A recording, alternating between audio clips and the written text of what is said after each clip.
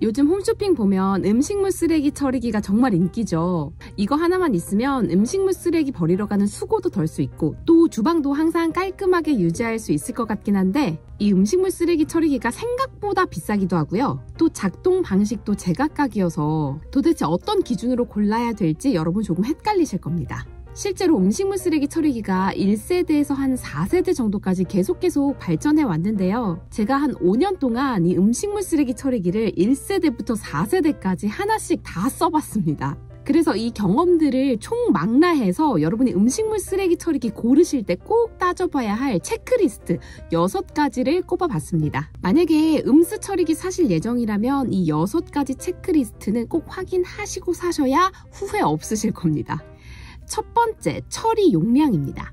여러분 4인 가구 기준으로 하루에 음식물 쓰레기가 얼마나 나오는지 대략 알고 계세요? 환경부가 조사한 결과에 따르면 0.92kg이라고 합니다. 그런데 실제로 음스 처리기 홍보할 때 이렇게 킬로그램으로 홍보하는 데는 생각보다 많지 않아요. 대부분 상품 상세 설명 보면 어떻게 나오냐면요. 처리 용량이 3리터입니다. 충분해요. 이렇게 얘기하는 데가 대부분일 겁니다. 그런데 이 리터를 킬로그램으로 환산해 보면 3리터 해봤자 1.5kg 밖에 안 됩니다. 자, 평균적으로 4인 가족 기준에 나오는 음스 양이 한 1kg 내외이긴 한데요. 우리가 여름에 수박 먹으면 수박 껍질 엄청 나오죠. 그리고 설이나 추석에 명절 한번 있으면 음식물 쓰레기 장난 아닙니다. 김장 시즌에도 마찬가지고요. 그러니까 평균 0.92kg이지만 우리가 갑자기 음식물 쓰레기가 확 많아질 그런 때가 있잖아요. 그때를 대비해서 조금 넉넉하게 고르시는 걸 추천드립니다. 저도 음식물 쓰레기를 한 4번 정도 바꾸면서 지금 정착한 제품은 하루 처리 용량이 한 2.5에서 3kg 정도 되거든요. 그래서 이번 설에 음식 준비하면서 음스가 정말 많이 나왔는데 2.5에서 3kg이니까 정말 넉넉했습니다. 그런데 저 같은 생각 하시는 분들 계실 거예요. 이게 처리 용량이 커지면 기계 사이즈도 커지기 때문에 주방에 막 이따만큼 자리를 차지하는 거 아니냐 라고 걱정하시는 분들 계실 텐데 그런 걱정이 필요 없는 이유가 이 음스 처리기가 싱크대 위에 올라가는 게 아니라 싱크대 하부장에 들어가기 때문에 보이지가 않습니다. 그래서 그런 걱정은 접어두셔도 될 것 같아요. 두 번째 체크리스트, 냄새입니다.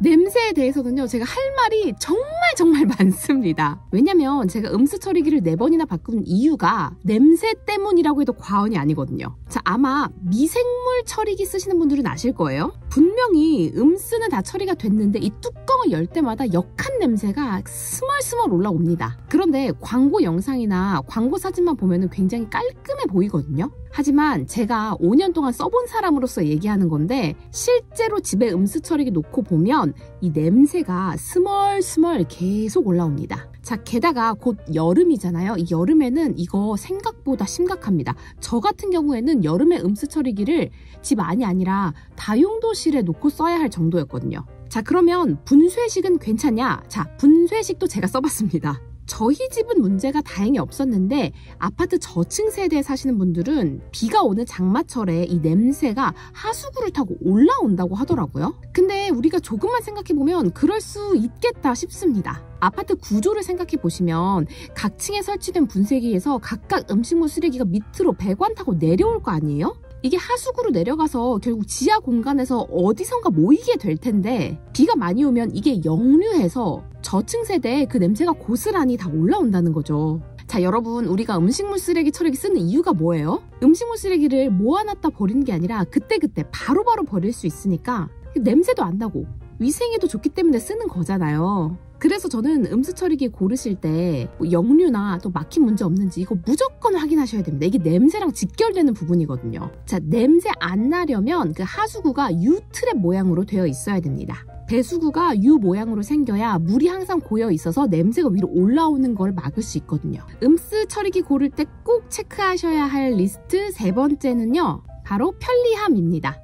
음수 처리기 쓰는 이유, 당연히 편리함 때문이죠. 그런데 제가 5년간 4개의 음식물 쓰레기 처리기를 써보니까 이 편리함에도 2가지 종류가 있습니다. 첫 번째는 음식물 쓰레기를 버릴 때의 편리함이 있고요. 두 번째는 음식물 쓰레기 처리기를 관리할 때의 편리함이 있습니다. 이 2개가 엄연히 달라요. 우선 쓸 때의 편리함, 음식물 쓰레기 버릴 때 당연히 편리해야겠죠. 제가 쓰고 있는 음수 처리기는요, 음스 넣고 뚜껑 닫고 25초면 자동으로 돌아가고 멈춥니다. 삶지 않은 생고구마처럼 좀 단단한 음식도 다 분쇄가 되고요. 무엇보다도 한 번에 좀 넉넉한 양을 넣을 수 있다는 게 좋더라고요. 자, 그리고 쓸 때뿐만 아니라 관리할 때도 편리해야 됩니다. 제가 쓰는 제로 플러스에는 그 자동 세척 기능이라는 게 있어요. 예전에 자동 세척 기능 없는 모델도 써봤거든요. 근데 걔는 어떻게 해야 되냐면 호수를 직접 안쪽으로 넣어서 물을 계속 흘려보내줘야 됩니다. 아마 지금도 이 버전을 쓰고 계신 분들 계실 텐데 좀 많이 번거로우실 거예요.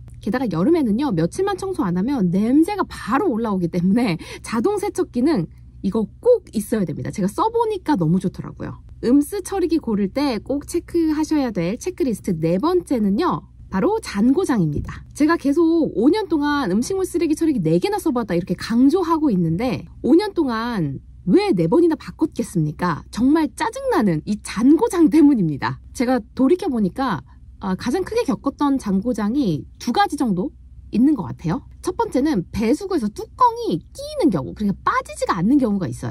이 뚜껑을 아주 예민하게 잘 맞춰야 되는데 이거 잘못 맞췄다가 안 빠지면요, 기사님 불러야 됩니다. 이거 다 돈이에요. 근데 제로 플러스는 이 뚜껑과 결합하는 부분이 굉장히 마감이 잘 되어 있더라고요. 그래서 아직까지는 한 번도 이게 걸린 적은 없습니다. 2번째로 흔한 잔고장은요, 칼날이 부러지는 거예요.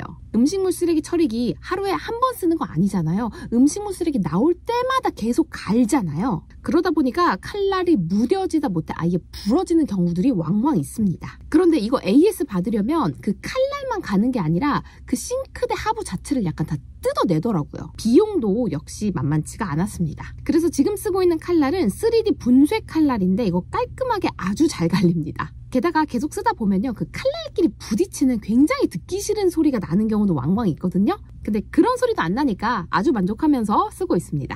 음식물 쓰레기 처리기 살 때 꼭 확인하셔야 할 5번째 체크리스트는 소음입니다. 음식물 쓰레기 처리기가 잘 갈리기만 하면 되지 소리가 뭐가 그렇게 중요하냐 라고 생각하실 수 있는데요.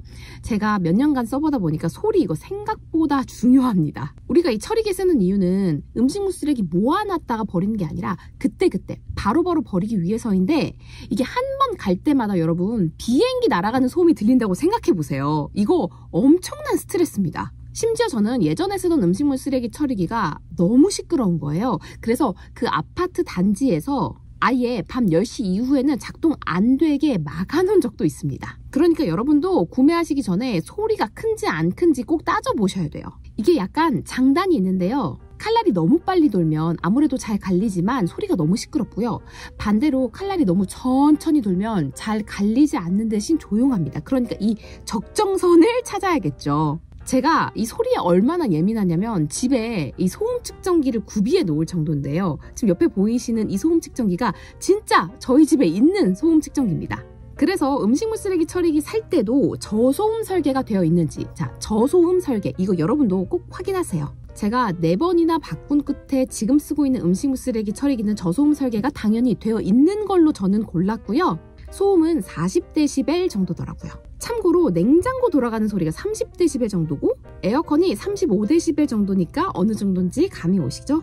음식물 쓰레기 처리기 살 때 꼭 따져봐야 할 체크리스트 마지막 6번째는요. 법적인 분쟁 가능성입니다. 자, 음식물 쓰레기 처리기가 잘 갈리고 냄새 안 나고 자동 세척되고 다 좋아요. 그런데요, 이거 그냥 설치하셨다가 불법이라고 해서 다시 뜯어내는 세대들 생각보다 많습니다. 실제로 뉴스에도 많이 나왔던 내용입니다. 이런 문제 때문인지 우리나라에는 다음과 같은 규정이 있어요. 분쇄 회수용으로 인증받은 음식물 쓰레기 처리기의 경우에는 20% 미만의 찌꺼기만 흘려보내야 한다.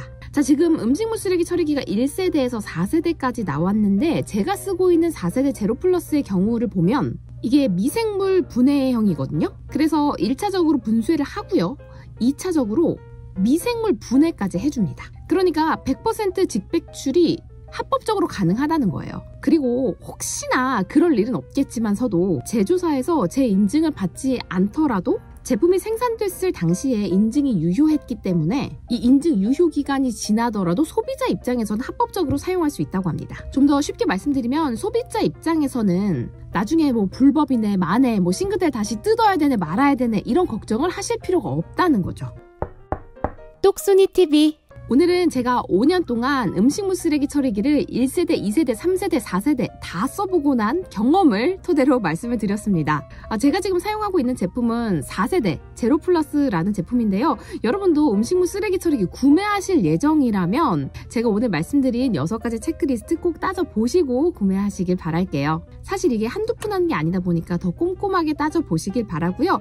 음식물 쓰레기 처리기가 가장 빛을 발하는 순간은 여름인 것 같아요. 이제 곧 더워질 텐데 더워지기 전에 하나 꼭 장만하시면 좋겠습니다. 오늘 영상 유익하셨다면 구독과 좋아요 부탁드리고요. 저는 다음 시간에 더 똑소리 나는 영상으로 찾아올게요. 고맙습니다.